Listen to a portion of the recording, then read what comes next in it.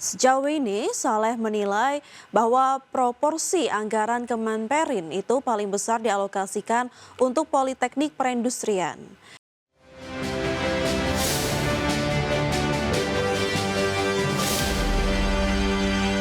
Ketua Komisi 7 DPR RI, Saleh Patraunan Daulay, meminta kepada Kementerian Perindustrian untuk mendorong agar alokasi anggaran yang dimiliki Kemenperin bisa menciptakan industri baru dan inovasi-inovasi baru dalam sektor industri.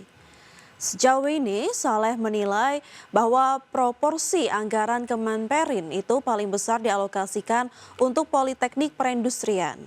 Namun dirinya menilai bahwa hal itu tidak secara langsung bersambung dengan penciptaan industri baru, melainkan hanya menyiapkan sumber daya manusia. Selain itu, Menperin juga diminta menciptakan inovasi-inovasi baru untuk turut memperkuat nilai tukar rupiah terhadap dolar Amerika. Menurutnya, dampak dari situasi global yang saat ini terjadi jangan sampai membuat orang-orang yang punya uang dalam dunia usaha justru berbalik mengambil uang dan membeli dolar Amerika Serikat yang menyebabkan dolar Amerika Serikat menjadi langka. Kemenperin diminta mengembangkan peta jalan untuk upaya-upaya pengembangan sektor perindustrian ke depannya. Kami juga menginginkan agar Kementerian Perindustrian ini ada inovasi-inovasi baru untuk bagaimana jangan sampai dengan situasi politik global seperti sekarang itu menyebabkan orang yang punya uang malah justru ambil uangnya beli dolar yang menyebabkan dolarnya jadi langka. Akibatnya yang terjadi adalah kenaikan kurs dolar. Dan itu apakah aman untuk Indonesia atau tidak tentu akan bisa dijawab oleh Pak Menteri dalam konteks bagaimana pengembangan dan potret serta roadmap daripada langkah-langkah yang akan diambil oleh Kementerian Perindustrian ke depan. Karena bagaimanapun juga sebuah bangsa yang besar adalah bangsa. Emiten energi baru terbarukan PT Kencana Energi Lestari Tbk, di mana emiten ini resmi mengumumkan pembagian dividen tunai senilai 30,13 miliar rupiah untuk tahun buku 2025. Keputusan korporasi ini disepakati dalam rapat umum pemegang saham tahunan setelah perseroan sukses mencatatkan pertumbuhan laba bersih di tengah penurunan pendapatan. Komite Pembagian Keuntungan Berkala bagi para pemegang saham portofolio hijau kembali ditegaskan oleh manajemen emiten dengan kode saham KEEN. Dalam RUU PST yang digelar di Jakarta pada Kamis 4 Juni 2026, perseroan sepakat mengalokasikan dana dividen sebesar 1,68 juta dolar dengan acuan kurs tengah Bank Indonesia Rp17.883 per dolar Amerika. Alokasi tersebut mencerminkan rasio pembayaran dividen sebesar 15,8% dari total laba bersih tahun buku 2025 yang nilainya setara dengan Rp8,22 per saham atau sama dengan besaran dividen tahun lalu. Selain itu, langkah taktis manajemen dalam menjaga perputaran modal kerja juga diwujudkan melalui pembagian sisa surplus keuntungan secara proporsional. Dari total raihan yang ada, pos dana senilai $279.595 akan dicatat sebagai dana cadangan resmi perseroan. Sementara itu, sisa dana segar sebesar $7,13 juta dipastikan akan langsung dialirkan masuk ke dalam pos kas internal guna mendukung seluruh pembiayaan aktivitas operasional dan ekspansi unit bisnis pembangkit listrik ke depan. Meskipun realisasi pendapatan usaha mengalami penurunan dari posisi $37,9 juta menjadi $34,3 juta, efisiensi internal perseroan terbukti tetap berjalan solid. Rapor margin EBITDA perusahaan mampu bertahan kuat di level 52% dengan perolehan nilai real sebesar $17,8 juta. Kondisi fundamentalnya tersebut sukses mendorong laba bersih Kencana Energi tumbuh ekspansif hingga 21% menjadi $9,1 juta dari basis capaian tahun sebelumnya yang tertahan di angka $7,5 juta. Adapun kenaikan profitabilitas bersih ini ditopang oleh operasional kapasitas terpasang pembangkit listrik yang mencapai 69,5 MW dengan proyeksi target baru sebesar 79,5 MW. Sepanjang 2025, total produksi pasokan listrik bersih perseroan melonjak naik 2% hingga menyentuh angka 376 GWh. Kontribusi output tertinggi disumbang oleh fasilitas PLTA Air Putih sebesar 137,6 GWh, disusul oleh lini PLTA Pakat, serta dukungan operasional dari PLTM Madong dan PLTM Ordi Hulu. Berbagai sumber IDX Channel.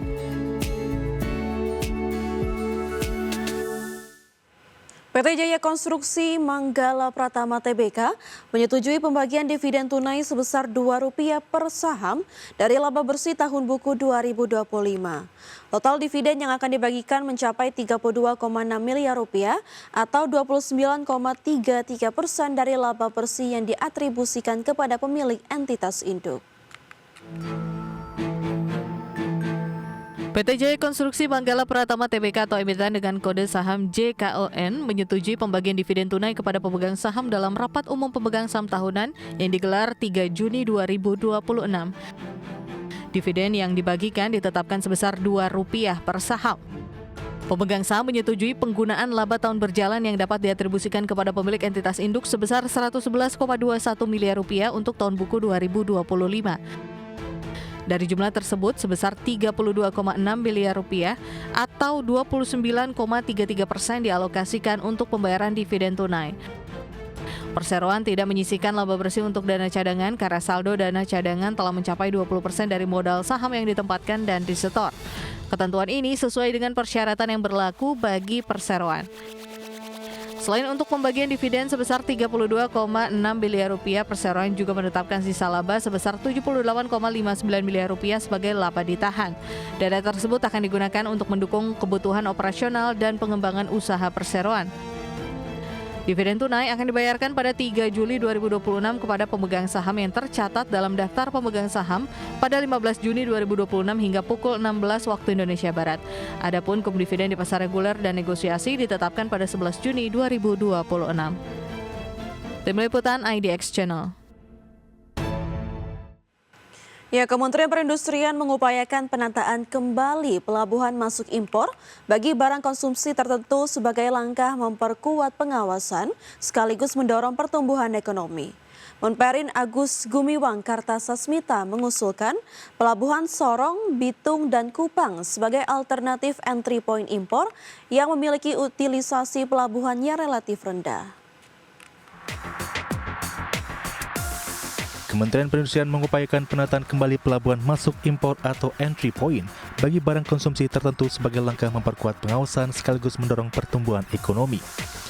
Menteri Perindustrian Agus Gumiwang Kartasasmita mengatakan, kebijakan tersebut diarahkan untuk meningkatkan efektivitas pengawasan dan pengendalian impor, sekaligus memperbaiki tata kelola logistik nasional dan mengoptimalkan kapasitas pelabuhan di luar Pulau Jawa.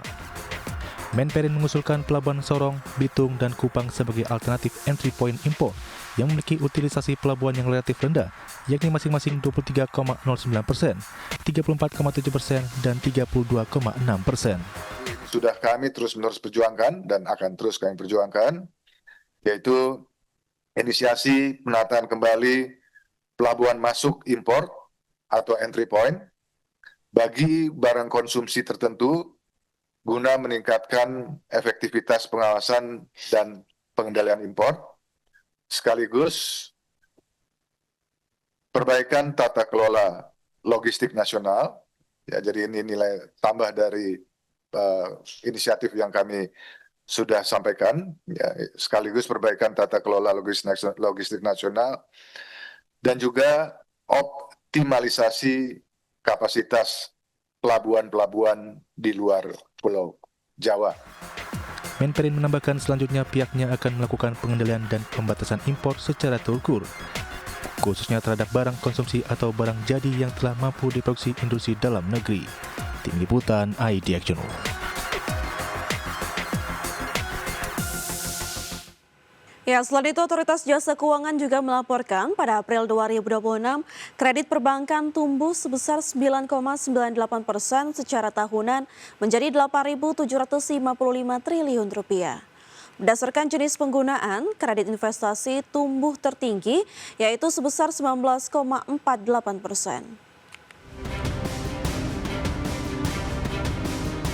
Otoritas Jasa Keuangan melaporkan bahwa kinerja intermediasi perbankan tumbuh positif dengan profil risiko yang terjaga. Pada April 2026, kredit tumbuh sebesar 9,98% secara tahunan, menjadi Rp8.755 triliun. Kepala Eksekutif Pengawas Perbankan OJK Dian Ediana Rai mengatakan, berdasarkan jenis penggunaan kredit investasi tumbuh tertinggi yaitu sebesar 19,48%. Adapun berdasarkan kategori debitur, kredit korporasi tumbuh tertinggi yaitu sebesar 15,51% year on year, Sementara itu, kredit UMKM telah menunjukkan perbaikan dengan tumbuh positif sebesar 0,16%. Ditinjau dari kepemilikan, kredit bank BUMN tumbuh tertinggi yaitu sebesar 14,35%.